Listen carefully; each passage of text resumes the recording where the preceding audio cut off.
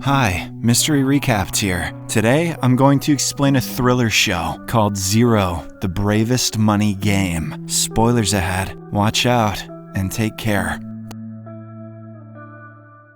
The story begins as Mineko Goto, the executive secretary of the Zaizen Group, addresses a large crowd of confused gatherers. They are currently standing on the outer compound of Dream World, an ambitious amusement park that the group is currently building. Mineko gets straight to the point. They are searching for a worthy successor to the group's present CEO, Murio Zaizen. Everyone gathered here will undergo a test to see if they are fit to compete for this prestigious post. Her announcement is met with confusion, as none of the people gathered were informed about any kind of tests. However, Mineko brushes off their murmurs and continues with her speech. She points out that the Zaizen Group is valued at least 100 trillion yen. Whoever walks away as the winner of this test will become the successor, the king of such a valuable company. And as if this wasn't already enticing enough, Mineko adds one more prize. The winner of their test will be personally awarded a mind-boggling sum of 100 billion yen. She draws the crowd's attention towards a large box kept in front of her. Mineko then gestures to her minions to remove the curtain that is hiding the contents of the box. The gathered crowd gasps in awe as a huge stack of money several meters tall stands right in front of them. Far away in the headquarters of the group, the enigmatic CEO Murio Zaizen watches the crowd's reaction on his CCTV feed. It is obvious that he is a betting man who likes twisted games of risk and reward. The scene then shifts to 8 hours ago as the streets of Tokyo are abuzz with the talk of a rather chivalrous thief named Zero. He is a Robin Hood-style thief who steals from scammers and gives the money back to the victims. In his latest act of heroics, Zero has recovered 100 million yen from the notorious gang Kanto Onigame. He has sent half of that money in cash, along with all the withdrawal slips, to a local news channel. This mysterious figure has also sent a letter promising to give justice to every last victim of such frauds. Elsewhere in Tokyo, a young math teacher named Yuri is tutoring a bunch of middle school kids. He is a prodigy with an extremely high IQ and aptitude for mathematics. His classes involve high-tech 3D holographics, which help the students to visualize geometry very easily. But Yuri's natural ability doesn't make him arrogant. If any student doesn't understand even the most basic of concepts, he goes out of his way to help such kids. Unbeknownst to his class, Yuri is also the man behind the persona of the infamous thief, Zero. He works with three of his friends, Shikara, Hiroshi, and Sunao, to help the victims of large financial scale scams. It is revealed that several months ago, Yuri had saved these three from ending their lives. They were extremely frustrated with their lives and were about to suffocate themselves in a car. That is when Yuri found the vehicle and dragged the trio out to safety. He then gave them an opportunity. Instead of throwing away their lives, they should help him in stopping financial crimes. Yuri also gave each of them a poisoned candy, saying that if they ever wanted to end their lives again, they could simply gulp down the candy. Unfortunately, the three friends are soon abducted by brothers Sakura and Saigi Suzaki, members of the Kanto Onigame gang. They now plan to use these three to capture the real mastermind, Zero. The cowardly Chikara immediately folds under pressure and agrees to reveal Zero's location. However, before the thugs can plan their next move, Yuri himself arrives at the spot and introduces himself as Zero. Turns out the candies that Yuri had given his friends weren't poisoned at all. They had GPS trackers inside, so that Yuri would know whenever his friends were in trouble. Earlier that night, he had seen all three of them gathered in the same spot in some obscure location, so he suspected they were in trouble. Just then, Zero, his friends, and the two goons are joined by Mineko and Murio Zaizen. They are stunned to see the high-profile CEO of Zaizen Group in such a drab location. The old man then uses his enigmatic presence to convince everyone to participate in his gambling game, a kind of mental test named the Bravest Money Game. Following this, the story circles back to the first scene as Mineko explains the working of the tests to the gathered crowd. The first game involves a riddle, and if a person can't solve it, a giant iron ball will fall from overhead, crushing them to death. She adds that the first game will happen in this area, and those who pass it will be allowed to enter Dream Kingdom for the final selection. At the beginning beginning of the game, Mineko tosses a dice into a container, showing its face on the screen for everyone to see. She throws the dice 3 times, and each time, the number 1 appears on the screen. After the 4th throw, she covers the container, starting the actual game. Participants must rely on their intuition and observational skills to guess the number. Each face of the die has 6 large rings numbered from 1 to 6. Participants pick a ring to stand on, corresponding to their guesses. If they guess right, they can enter the Dream Kingdom, but if they guess wrong,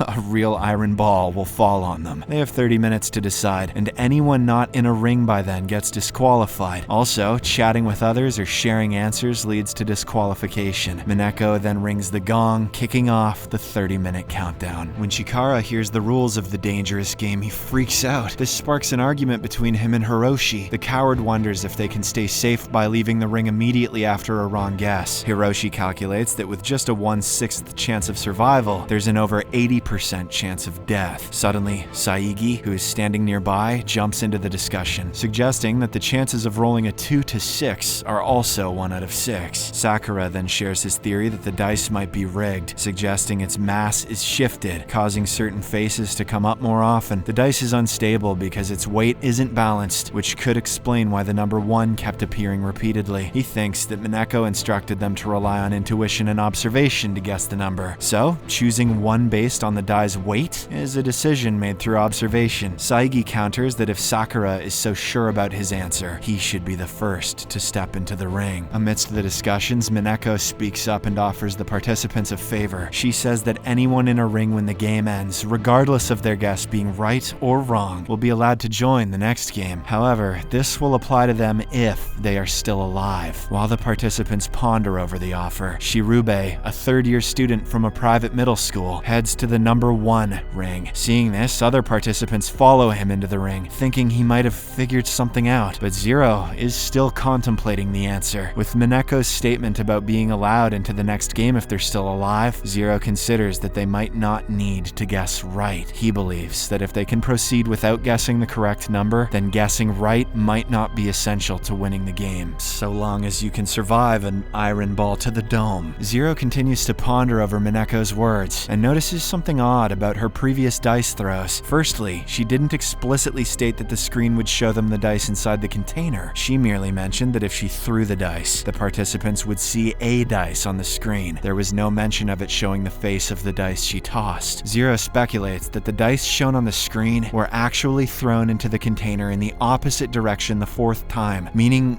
what they saw on the screen was completely fake. If that's the case, Mineko didn't roll 1 3 times in a row. Therefore, the probability of getting 1 is just 1 of 6, like any other number. With that said, he enters the 2nd ring, still unsure if it's the correct answer. Good thing he's a math professor, so he could make that absolute guess. After hearing Zero's explanation, the participants leave the 1st ring. Our hero sits near the walls of the ring and his friends follow him, putting their trust in him. This leaves Shirube as the only person left in the 1st ring. Yukihira, one of the participants, overhears this and murmurs something in Saigi's ears. With only 3 minutes remaining, the duo calls Chikara and informs him that the actual answer is number 3. They do this because they want to sit near the ring's walls like Shirube and Zero, but they are also aware that if they do so, other participants will follow suit. They thus lie to Chikara that 3 is the answer so they can deceive him. When other participants attempt to enter the 3rd ring, Saigi quietly informs them that it's not the correct answer and that they're just trying to trap Chikara. Now, with 1 minute left, another participant yells out that the correct answer is 5. He reasons that this is because 5 appears most frequently when rolling a dice. Everyone enters ring number 5, but when Sakura tries to join, he's kicked out. Zero also confirms the hypothesis that 5 might be correct. This is because dice are crafted unevenly, causing opposite sides to have different weights, shifting the center of mass. Thus, 5 is the most probable side to turn up in a randomized experiment. His friends then ask if they should switch rings, but Zero insists on staying where they are. In fact, he tells Chikara to join him in ring number 2, claiming Saigi is trying to trick him. With 10 seconds left and nothing else in mind, Sakura enters ring number 4. The guards then lock the door, preventing anyone from changing their location. Realizing that Chikara will likely be crushed under the iron ball, Zero decides to help his friend. He jumps from one ring to the other, moving Chikara away from the center. Zero then instructs him to keep his knees up,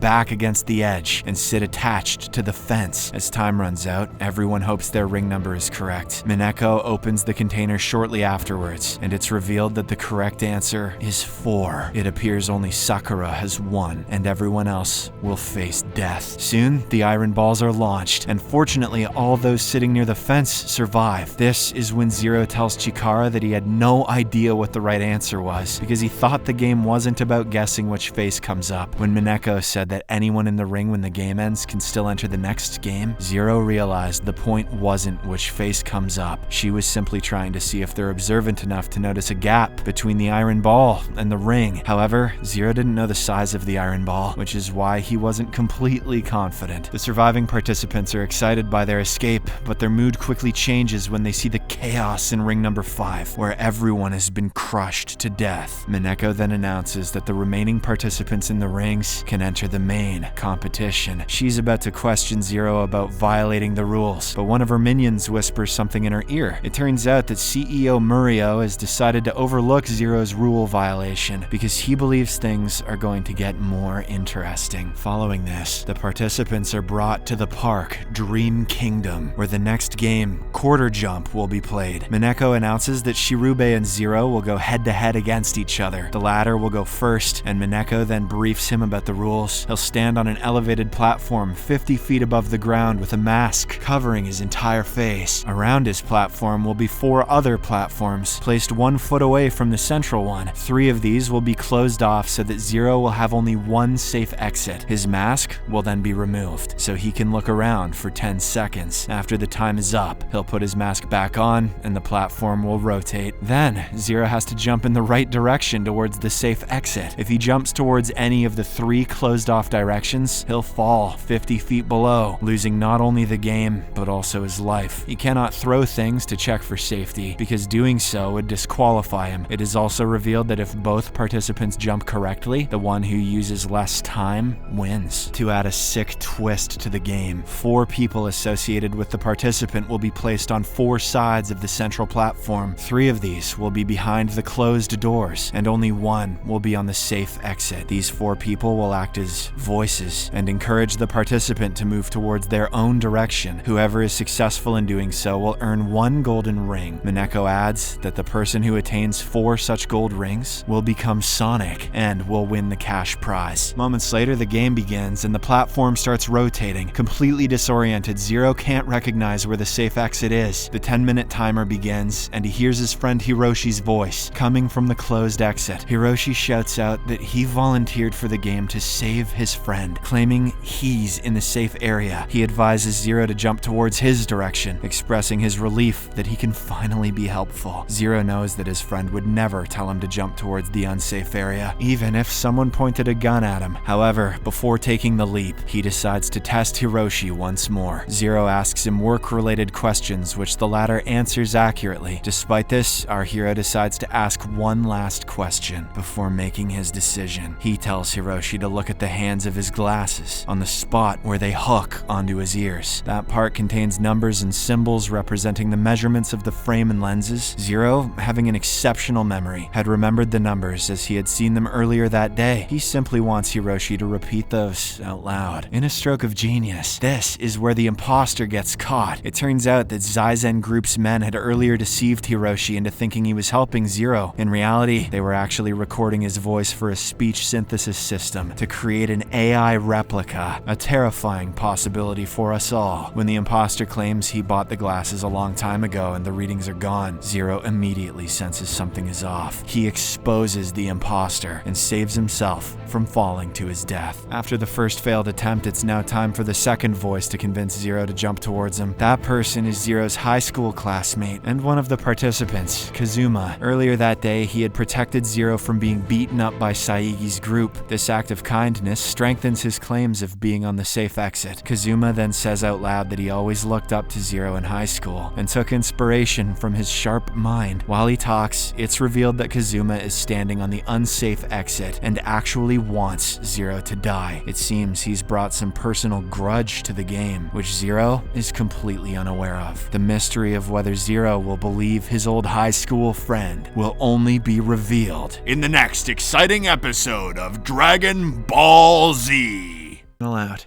Thank you for watching.